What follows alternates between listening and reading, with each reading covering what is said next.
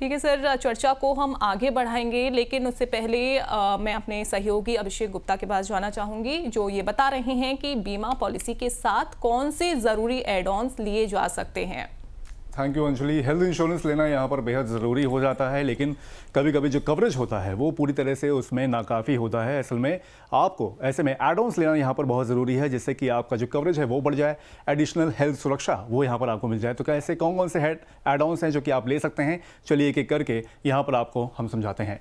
तो यहाँ पर नंबर 1 पर है टॉपअप। यहाँ पर आपको बेस हेल्थ पॉलिसी के ऊपर जो एडिशनल सुरक्षा होती है उसका कवच मिलता है। यानी कि मान लीजिए कि आपने जो बेस जो पॉलिसी कवर का है वो आपका 5 लाख रुपए का है, तो अगर आप टॉपअप करवाते हैं तो फिर वो आपका जो कवरेज होगा, जो अमाउंट होगा वो एक तरह से यहाँ पर बढ़ जाएगा। तो एक तरह से यहाँ पर एडिशनल सुरक्षा जो होगी वो आपको यहाँ पर मिल जाएगी।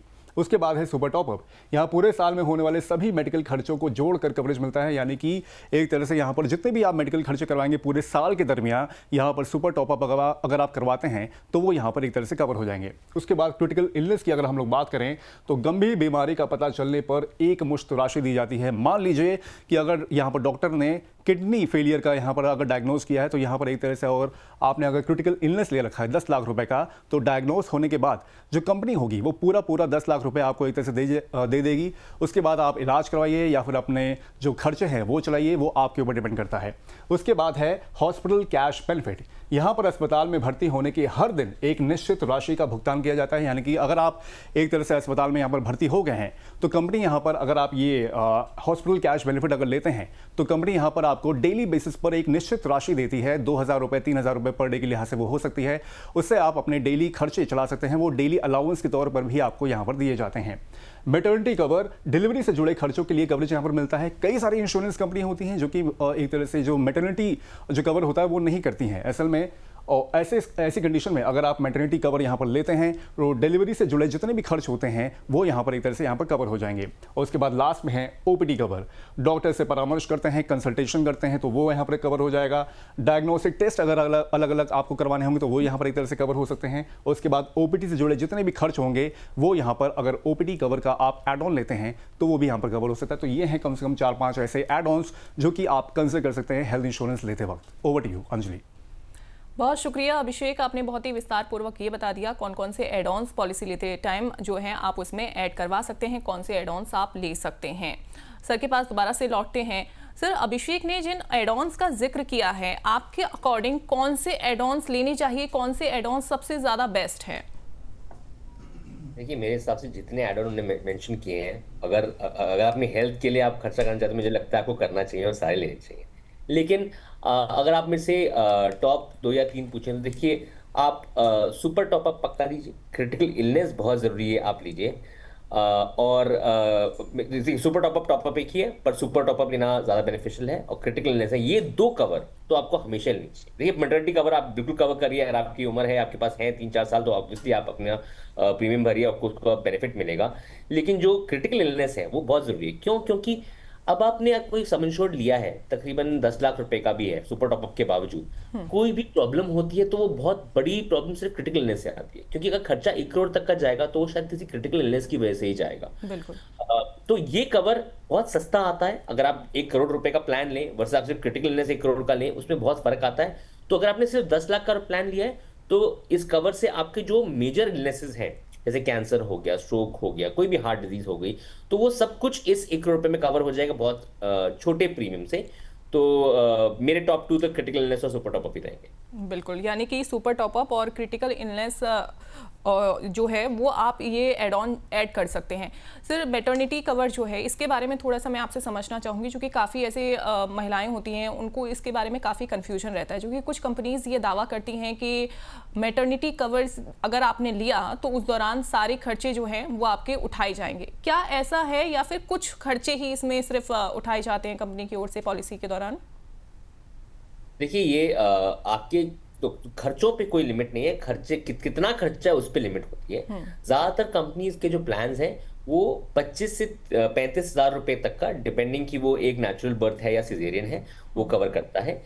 जितना आपका हॉस्पिटल बिल आएगा उसके अंदर ज्यादातर चीजें कवर्ड होती हैं, पर ये लिमिट होती है। तो आप अगर जैसे नॉर्मल डिलीवरी है और आपके प्लान में 25,000 तक कवर है, तो 25,000 से ऊपर कितना भी खर्चा वो कवर नहीं होगा। काफी लोग क्या करते हैं अपने बिल्स में अटेंडेंट चार्जेस और थोड़े थोड़े कवरेज जो नहीं होती हैं बहुत बहुत छोटी चीजों के लिए, जैसे आप देखिए ग्लव्स हो गए सर्जरी में, या फिर जो छोटी चीजें उनको शायद कवर नहीं करते, पर ज्यादातर चीजें मेरे हिसाब से कवर होती हैं। उसमें कोई एक्सक्लूजन बहुत कम है। बिल्कुल। और टाइम ड्यूरेशन क्या है सर इसको लेने की, और कितने टाइम तक इसका जो कवरेज है वो मिल सकता है, इसको रिडीम कर सकते हैं?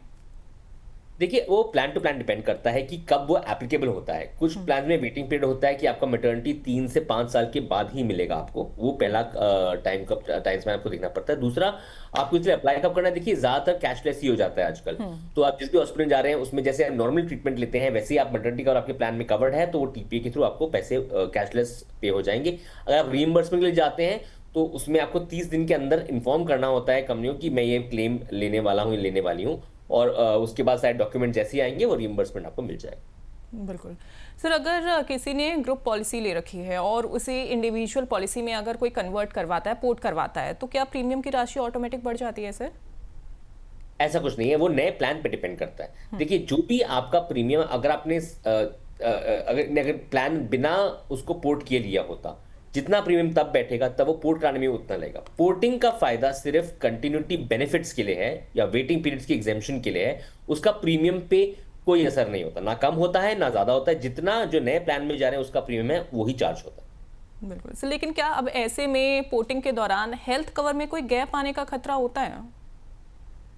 देखिए हेल्थ कवर में कोई गैप नहीं आएगा, क्योंकि जिस दिन आपका लास्ट वर्किंग, अगर आपने सही टाइम पे इन्फॉर्म कर दिया, चाहे वो अगर पॉलिसी इशू करने में टाइम भी लगे तो भी आपको बिल्कुल उसके अगले दिन से आपका कवर जारी हो जाएगा, क्योंकि आपने पोर्ट की है पॉलिसी। तो जिस दिन आपका पहला कवर खत्म हुआ उसके अगले दिन से आपका नया कवर चालू हो जाएगा। गैप में आपको इंश्योरेंस ना तो मिलेगी ना वो, अगर आपने सही टाइम पे लिया है तो गैप आएगा नहीं। बहुत सिंपल है ये। बिल्कुल सर। एक और कंफ्यूजन काफ़ी लोगों को होता है कि मान लीजिए कोई ग्राहक है, अपनी पॉलिसी को अगर वो पोर्ट करवाना चाहता है तो क्या सिर्फ उसी कंपनी में वो पोर्ट करा सकता है जो पहले से पैनल में है, या कोई दूसरी भी ऑप्शन में वो रख सकता है? पोर्टिंग का बेनिफिट आपको सिर्फ उसी कंपनी से मिलेगा, पैनल नहीं, उसी कंपनी से मिलेगा जिसका आपका ग्रुप हेल्थ कवर है आज। आप किसी और में उसका कंटिन्यूटी बेनिफिट नहीं ले सकते। बिल्कुल सर। मैं चाहूँगी इसे थोड़ा सा विस्तार से आप बताइएगा, समझाइएगा, क्योंकि काफ़ी लोगों के मन में कन्फ्यूजन भी रहता है कि ठीक है कंपनी ने हमें किसी एक ग्रुप पॉलिसी में जोड़ दिया, आप चाहते हैं कि उसे पोर्ट करा के हम दूसरी में चले जाएं। ठीक है, मैं आपको समझाता हूँ। जैसे आप आज कंपनी में काम कर रहे हैं और आपकी कंपनी का जो हेल्थ प्लान है वो इंश्योरर ए ने दे रखा है, बिना नाम लिए बोल रहा हूँ, इंश्योरेंस कंपनी का नाम ए है, उससे आपकी कंपनी ने दिला रखा है। जब आप कंपनी छोड़ रहे हैं तो आपका एचआर और आप जो प्रपोजल फॉर्म और जो ईमेल भेजेंगे वो उसी कंपनी को भेजेंगे, कंपनी ए को ही भेजेंगे। आपको उसी इंश्योरेंस कंपनी ए का जो रिटेल प्लान है उसके अंदर आपको पोर्टेबिलिटी मिलती है। आप किसी और कंपनी बी या सी या डी में ये कंटिन्यूटी बेनिफिट नहीं ले सकते हैं जो आपको फायदा मिलता है। तो सिर्फ जिस कंपनी से आपकी कंपनी ने खरीदा है प्लान, वो इंश्योरेंस कंपनी ही आपको एक पोर्टेबिलिटी का बेनिफिट दे पाएगी, आपके ग्रुप प्लान को रिटेल में बदल पाएगी।